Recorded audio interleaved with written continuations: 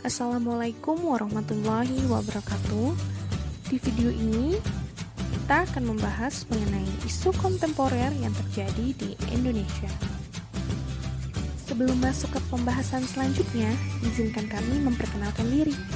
Saya, Melisa Putri, dan rekan saya, Sarifah Putri Raflesia, merupakan peserta pelatihan dasar calon pegawai negeri sipil Kementerian Pendidikan Kebudayaan Riset dan Teknologi tahun 2022 Angkatan 3 Kelompok 1 dengan tutor Bapak Insinyur Imron Rashid MBA. Isu kontemporer merupakan suatu persoalan yang terjadi pada masa sekarang atau dengan kata lain yang menjadi trending topik saat ini. Isu yang terjadi di Indonesia saat ini kami pilih menjadi 3. Yang pertama, maraknya hate speech atau ujaran kebencian di Indonesia. Yang kedua, kenaikan harga BBM di Indonesia padahal harga minyak dunia sedang turun. Yang ketiga, konflik kelompok kriminal bersenjata atau KKB Papua. Untuk mengetahui isu mana yang akan kita pilih dan kita bahas di video kali ini, berikut ada beberapa cara teknik menganalisis isu kontemporer.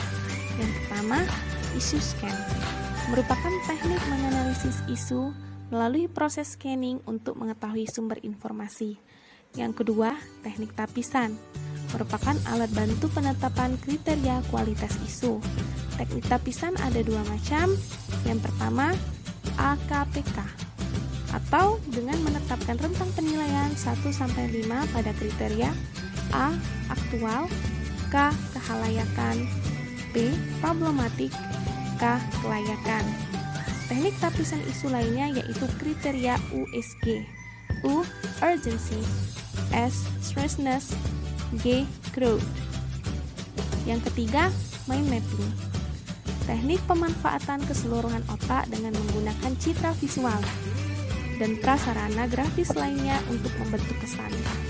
Yang keempat, fishbone diagram merupakan alat bantu untuk mengidentifikasi berbagai sebab potensial dari suatu efek atau masalah dan menganalisis masalah tersebut melalui sesi brainstorming. Yang kelima, analisis SWOT digunakan untuk mengidentifikasi berbagai faktor secara sistematis untuk merumuskan strategi. Untuk menentukan isu mana yang akan kami pilih, kami menggunakan teknik tapisan USG, Urgency, Seriousness, dan Crowd. Berikut matriks penilaian kualitas isu dengan analisis USG. Terdapat ketiga isu yang sedang menjadi trending topik saat ini.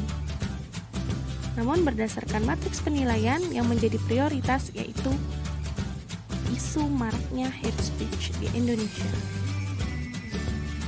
Berikut beberapa kasus hate speech atau ujaran kebencian yang terjadi di Indonesia. Apa itu hate speech? Hate speech merupakan salah satu isu strategis kontemporer dari aspek mass communication.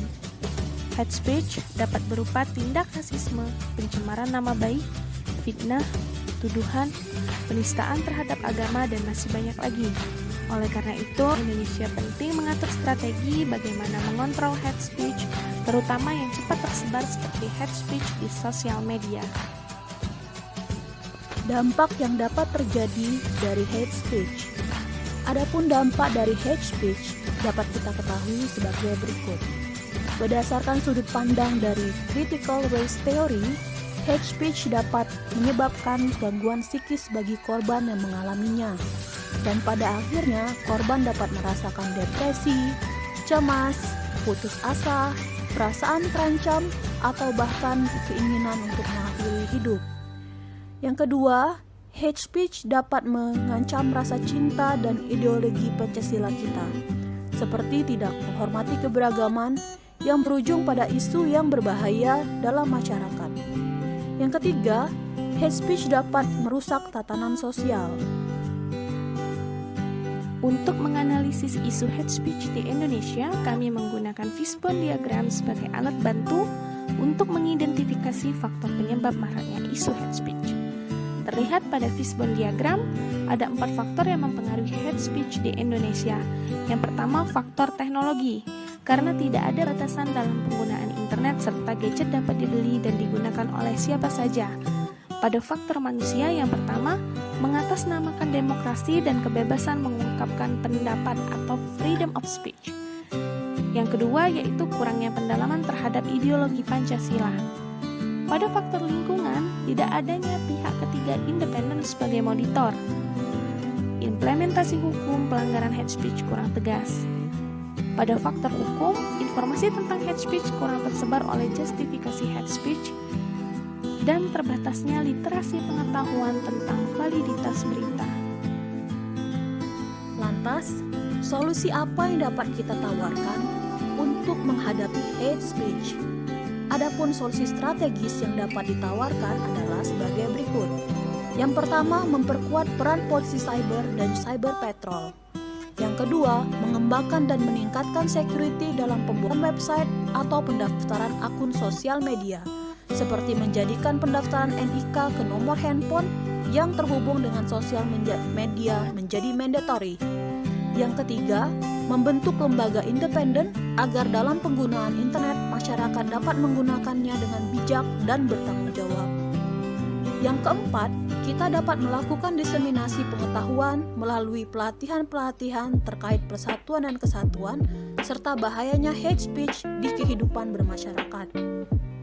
Dan terakhir yang kelima, kita dapat menekankan nilai Pancasila dalam strategi pengembangan ilmu pengetahuan bagi ke seluruh lapisan masyarakat, sebagaimana berikut. Implementasi pada sila yang pertama, yaitu sila ketuhanan yang Maha Esa, yaitu dengan melengkapi ilmu pengetahuan dan menciptakan keseimbangan antara pengetahuan dengan ketaatan terhadap Tuhan yang Maha Esa. Yang kedua, implementasi pada sila kemanusiaan yang adil dan beradab. Kita dapat memberi arah dan mengendalikan ilmu pengetahuan.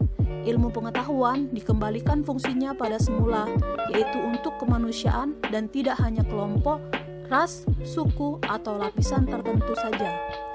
Yang ketiga, implementasi pada sila ketiga, yaitu sila persatuan Indonesia.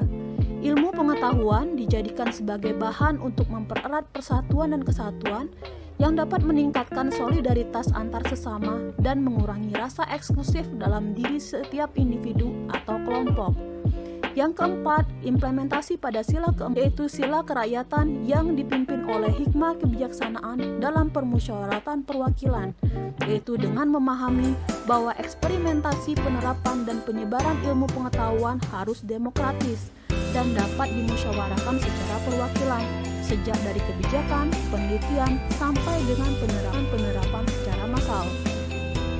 Yang terakhir atau yang kelima, penerapan pada sila keadilan sosial bagi seluruh rakyat Indonesia, yaitu dengan menjaga keseimbangan antara kepentingan individu dan masyarakat. Lawan hate speech dengan love speech. Bijak bermedia sosial, bermedia sosial dengan bijak. Terima kasih telah menonton video kami. Semoga bermanfaat.